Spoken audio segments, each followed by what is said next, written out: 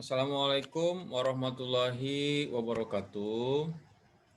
Selamat pagi anak-anak kelas 12. Hari ini kita melanjutkan kegiatan kita di dalam memahami eh, induksi magnetik.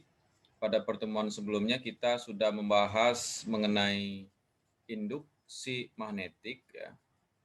Induksi magnetik yang simbolnya B. Tentu saja induksi magnetik ini ada beberapa model, ada kawat lurus berarus listrik ya. Ini ada kawat lurus berarus listrik I. Kalau arahnya ke atas maka di sebelah kanan induksi magnetiknya masuk bidang kertas, kemudian di sebelah kirinya keluar bidang kertas, silang dan bulat. Begitu pula ada induksi magnetik untuk kawat melingkar ya.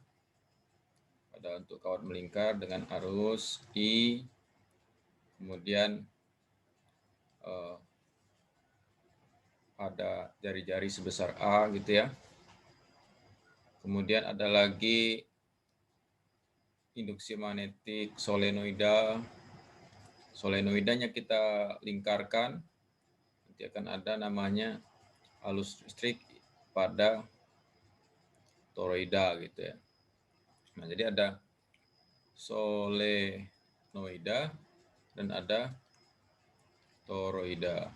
Kemudian ini ada kawat melingkar. Kemudian ada kawat lurus. Nah, ini pertemuan sebelumnya kita sudah membahas mengenai induksi magnetik. Kemudian pada pertemuan hari ini kita akan mempelajari mengenai gaya Lorentz. Ya. Ini dia, gaya Lorentz.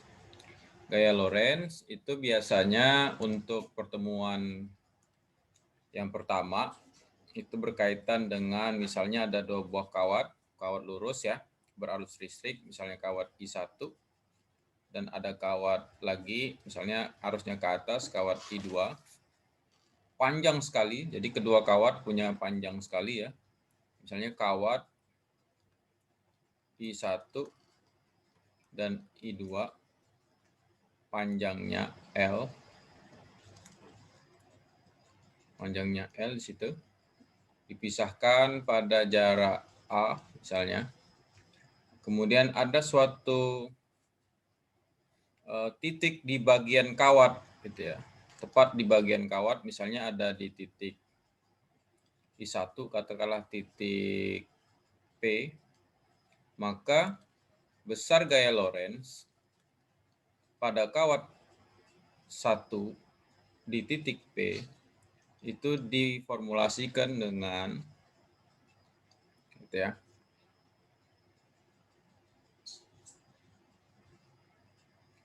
Mu 0 dikali I1 dikali I2 dikali panjang kawatnya dibagi 2 V jarak antara kedua kawat. Nah, ini formulasinya. F1P sama dengan mu 0 dikali I1 dikali I2 dikali L dibagi 2V dikali A. Kemudian tadi L sudah I1 tentu saja arus listrik kawat 1, I2 arus listrik kawat 2, mu 0 ya. Mu 0 adalah suatu konstanta yang nilainya 4V kali 10 pangkat minus 7 ya. Weber meter ampere ya. Kemarin sudah dibahas. Nah, yang jadi pertanyaan bukan mengenai gaya Lorentz-nya ya. Karena gaya Lorentz memiliki bentuk lain, misalnya untuk gaya Lorentz itu formulasinya banyak, tapi yang pokok untuk di kawat ini ada beberapa hal yang pokok, misalnya berkaitan dengan tanda tadi. Misalnya nih ada kawat ya, kawat lurus I1, kemudian ada kawat lurus lagi I2. Kemudian kalau kita lihat di sini kawat 1 dengan kawat 2 ya. Kita lihat tandanya ini silang, bulat, ya, silang dan dan bulat. Maka gaya Lorentz pada kawat 1 itu karena silang dan bulat kan beda jenis, maka akan tarik-menarik. Nah, arahnya ke sana. Arahnya ke arah kawat 2, besarnya F12. Begitu pula dengan kawat 2, arahnya juga akan ke arah kawat 1 yang besarnya F21. Nah, besarnya F12 sama dengan F21.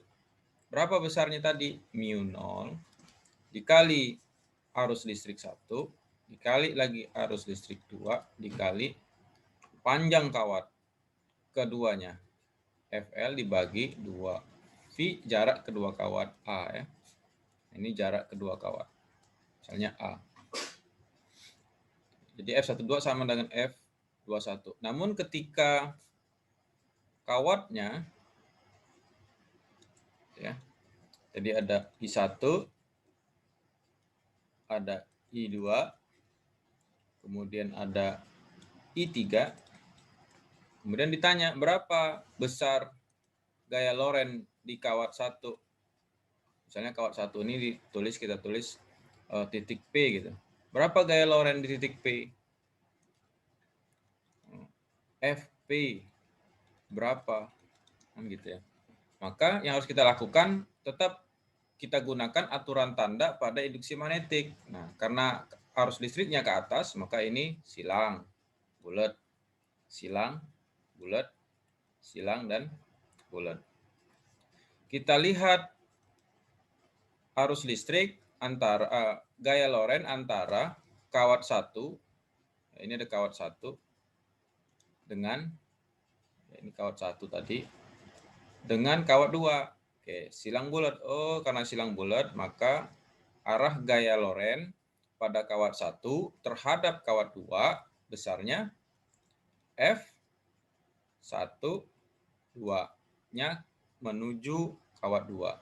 Sekarang cek kawat 1 dengan kawat 3. Oh, ini silang. Kawat 1 silang. Kemudian untuk kawat 3 bulat terdekatnya. Oh, silang dan bulat. Karena silang bulat, maka gaya Lorentz kawat 1 disebabkan oleh kawat 3 F1 3. Nah, karena sama-sama arahnya ke kanan, anggap arah kanan bernilai positif, maka gaya Lorentz pada kawat 1 ya di titik P tadi itu sama dengan F12 ditambah F13. Nah, gitu. Nah, biasanya dalam persoalan-persoalan itu dituliskannya gaya, tentukan gaya Lorentz per satuan panjang gitu ya. Gaya Lorentz per satuan panjang. Nah, nggak usah bingung. Kalau gaya Lorentz per satuan panjang itu masuknya F per L. Itu ya, yang dimaksud adalah F per L-nya itu berapa. Nah, kalau F per L, maka nilai L-nya ini bisa dihilangkan. Jadi cukup mencari kalau misalnya F12-nya sama dengan ya mu 0 dikali arus listrik 1 dikali arus listrik 2 dibagi 2 V A. Nah, ini.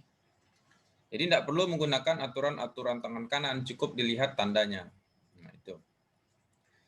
Itu saja untuk kegiatan kita pada hari ini berkaitan dengan gaya Lorentz. Nah, untuk kegiatan selanjutnya, anak-anak dipersilahkan untuk menyelesaikan persoalan yang Bapak berikan. Terima kasih Bapak akhiri. Wassalamualaikum warahmatullahi wabarakatuh.